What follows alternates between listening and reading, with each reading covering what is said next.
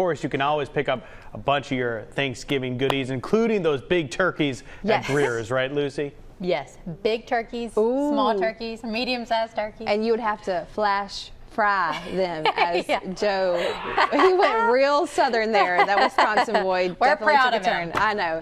He got an A+ for that one. But today, of course, we'll talk about turkeys later on next month. But today we're talking about pumpkin. You are continuing on with your pumpkin recipes. We are. We've done some sweet recipes and some savory recipes, and we're going to do another savory one today. So, and this will be good with, you know, kind of the chilly weather out. And it is a sheet pan dinner, which I love. We don't have to dirty up a bunch of stuff. And it is roasted pork chops and vegetables, and we're going to do a pumpkin glaze, pumpkin maple glaze to go on top. So I was going to get started on our vegetables first. So I have the oven on at 400, and I already sliced. This is half a bag, which is 3/4 pound of those little yellow potatoes that you can buy. And I just halved those, and I sprayed our pan. And this is a cup of red onion that I just chopped. We're going to add a tablespoon of olive oil to this, and I have our spices here. We just have a 3/4 teaspoon of salt, a 1/4 teaspoon of our pumpkin pie spice, and a half a teaspoon of pepper. And I have an apple here because we are going to chop this and put this in later, but we're just not going to put it in yet because it'll get way too soft. So later on, I'm going to get this chopped up, and once we cook these, we're going to put these in for 25 minutes to let these potatoes and onions really get almost cooked through before we add the pork chop. So what we're going to do later on is get our spice rub mixed up for those pork chops, and then we're just going to put that on there and then lay the pork chops right on top of the veggies, and they're going to keep cooking on there, and then we'll put our glaze on at the end. Ooh, yummy. I really appreciate you making these savory dishes, because with pumpkin pie spice, I would only think about sweet recipes, but you've been using them for a lot of savory recipes. I know, it's funny the way pumpkin is. I mean, you just immediately think sweet, but it's really good in savory ways too. And yeah, that pumpkin pie spice is such an easy way to not have to get all your little containers out of cinnamon and nutmeg and all that kind of stuff. So yes, it's definitely a good shortcut there. So I'm going to put the potatoes down, face down, and that way they can get some good color on them. So we're going to put this in, and then we'll get going on our pork chops next. Awesome. All right, well, you want to stick around for that. You guys have a new ad dropping today. Yes, we do, and we are we're gearing up with our remodel of our store in Van Cleve, Mississippi, and so we're going to be doing online shopping there. So just to say that that's coming over there, and you can also find all of our ad items that you're talking about that drop on Wednesday online. The same specials apply on there, so it's definitely a good way to save some time, save some money, and just make your life easier. All the good stuff. We're going to let Lucy wash her hands and then put that, I know you love oil and all the spices on your hands. As long as it's not flour. Ooh, flour on my hands, really? I don't like. You don't like chalk? it? I don't know, something about it. Okay, well, thank goodness flour isn't in this recipe, at least yet. We're going to continue it on with Lucy after you see this. Joe?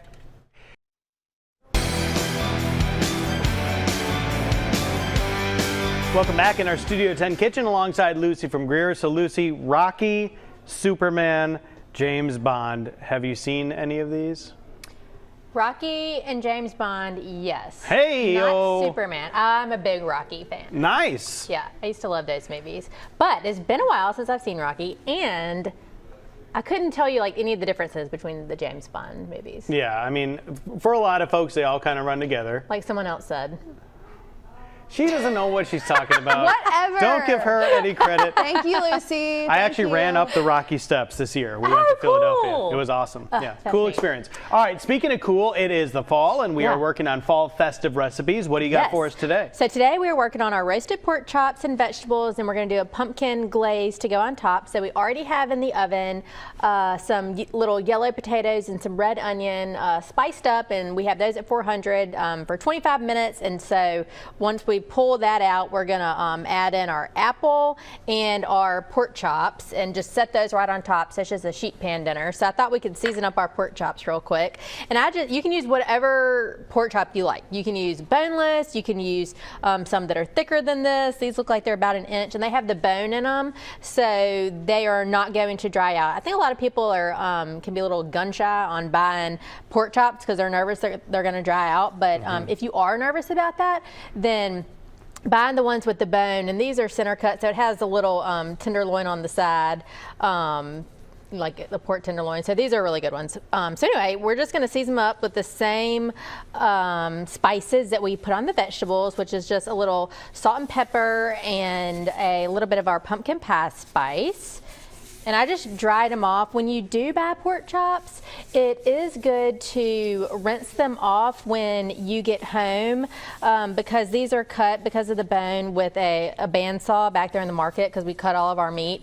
And sometimes some of that, not sometimes, that bone dust will get on the pork chop. So if you are buying them, rinse them off and dry them off when you get home. Just a little tip there. That is a good tip. And you know what I kind of like about this recipe is sometimes you think about things that go along with pork chops. Apple is one of them, and then a lot of times people have like a sweet potato too. Well, sweet potato has a similar taste profile somewhat to pumpkin, so the fact that you're fusing these together, I think it's going to go together perfectly. Well, good. I'm glad you like the idea, and those are really good ideas too. You could definitely sub out sweet potato doing this, and I'm using Granny Smith apple today just because, of course, it's a little tartar, and we didn't want, and I didn't want it to be like so super sweet. I was asked Spirit to taste the vegetables last night. Yeah. He's like, what is this? He's like, it's sweet, you know, because that apple is going to sweeten up. But he's like, I thought it was a potato, which anyway. So those are ready. And so while I just wanted this to cook over the break, so I'm just going to put our glaze together real quick so it can simmer. So I have half a cup of water. And we are going to add in half a cup of pumpkin puree. Again, that's just the pure pumpkin, not the pumpkin pie filling. And I have a teaspoon of salt. And I'm going to do 2 tablespoons. I have maple syrup. And actually, this is straight from New Hampshire. We have a guy that works with us. His name is Todd, and he is from there. And he just went to visit, and he has the most awesome accent. And he brought this to me. What does his accent sound like? I'm not going to do it, but I will tell you exactly what it sounds like. Ray Romano. So he's not from New Hampshire. I think he's from Boston, actually. Yeah. So I will confirm that. But he sounds just like Ray Romano, and I could listen to him talk all day. He works in our IT department. He's a wiring specialist. So he is a hoot, and it was so sweet of him to bring me that back. So I'm going to add a teaspoon of Worcestershire sauce and a couple tablespoons of vinegar. We're just going to whisk this together and just let it simmer for about 10 minutes, and then we're going to put that on our pork chops. You should do a little web clip social media thing that's called Everybody Loves Todd. Oh, I love that! And that's he's like talking about some sort of product or something. Oh, that's a great idea. And he's super tall too. He's like at least like 6'7". So at least 6'7"? That's not big. At least. Can he dunk a basketball? Well, yeah.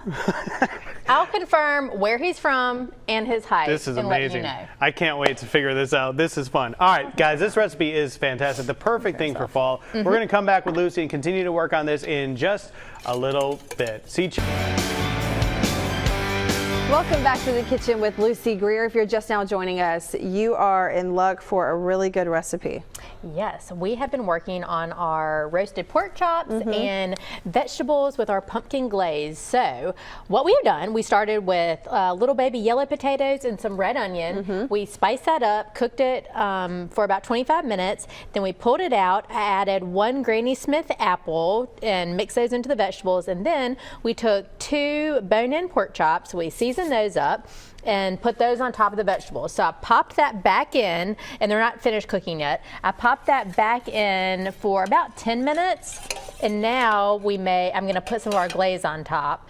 So this was our pure pumpkin puree and a little bit of Worcestershire and some white wine vinegar, some maple syrup, and some water. And I just reduce that down, and I'm just going to put this over this, pop these back in the oven until these pork chops are finished. And of course, you could put some of the glaze on the vegetables or whatever you want to do, but this is going to kind of drip down on those vegetables. And depending on your pork chop size, will depend on the cooking time. So you just want to make sure your pork chops are 145 internal temperature, and if you have thinner ones, of course it won't take as long, and if you're buying for Spiro and they're thick, then it'll take a little bit longer. Yes. So now we're just going to pop those back in, and it'll be ready to eat. Yum! It really does. This glaze, it smells like the holidays. It does. It smells so good, and like we talked about earlier, we have a little bit of that pumpkin pie spice in there, and so in this glaze kind of turned into, it kind of almost reminds me of like a pumpkin barbecue sauce in a way. It's kind of tangy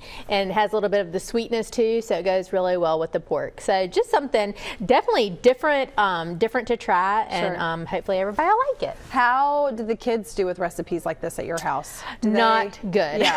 This is maybe so I would probably not, they love pork chops. I mean, I will tell you, probably not. Last night, I made bow tie noodles with chicken, broccoli, and Alfredo sauce. Yum. Yeah.